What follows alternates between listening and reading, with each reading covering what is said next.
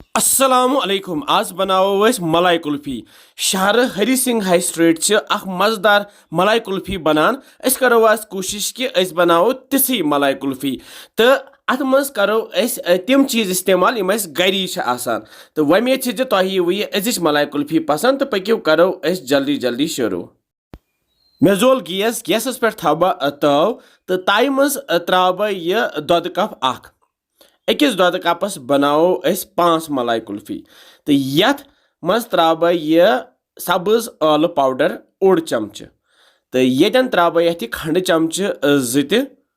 खंड कूत तुम खेवान तमी हिसाब त्रो तुम बे त्राव बह यथ यह होख दुध पाउडर 2 चमच तल मे गैस थोमुत फुल तो रलावन वन सही पे दिमोस खलन खलन तो युत काल वन यथ ग्रेख यह ग्रेख युथी थवो यह लोत तो वन त्रो ये ड्राई फ्रूट कह कवल मन मे निमित कह काजू कह बादाम तो बे कह पिस्त तो यमन बनाओ मिक्सी जारस मज पाउडर गथ तो पाउडर बनत त्रो ये दुधस मज तो तल गैस वन लोत तो रलाओ बे सही पे तो करहोन यह लथसी पे तैयार यह गि वन दुध नेसफ गसन मतलब अस त्रो 1 कप तो ये गि वन ओड कप श्रपुन तो बे मोटि पत यह तिक अत त्रो होख दुध तो बे ड्राई फ्रूट तो करहोन वन तैयार वुस यह गो वन तैयार तो अमे पत करो गैस बंद तो यह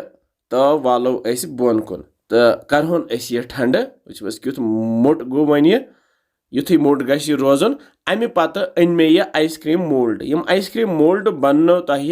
बाजार कुन शाये वो ये पे ठंड तो यह आइसक्रीम बैटर त्रा बह वन ये मजे वो क्युत मोट मोट गो इसी कंसिस्टेंसी गई रोजन ज्यादा तोन यह थवन कह तो अस बने ये 5 आइसक्रीम तो यपर गई तव त खाली तो वन थवो पे ये ठंड ये ठंडस आइसक्रीम लूड तोरे तो यम सत यह असल पे नान तो थवो वन यह फ्रीजरस मज थवो यह 6 to 7 घंटे तो 6 to 7 घंटे गसित कड़ो फ्रीजर मज नबर यपर मे पतलस मज ओनमुत आब तो आबस मज त्रावन युथी अंदर यल हूँ गह हार्ड गोमुत तो अमे पत खोलो वुच यह नेर वन पाने जबरदस्त मलाई कुल्फी बने माशाअल्लाह तो कड़ोक यम अके अके तो थवोक ये प्लेटस पे गो यह यह गई दम तो यह गई त्रेम बे आइसक्रीम सान वन तैयार मोहम्मद हबील खान साहब तुल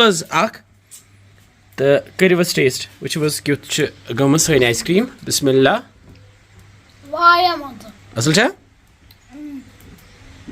टेस्टी बह तह किस गम बिस्मिल्लाह जबरदस्त वारिया मजेदार आइसक्रीम बनाओ क्या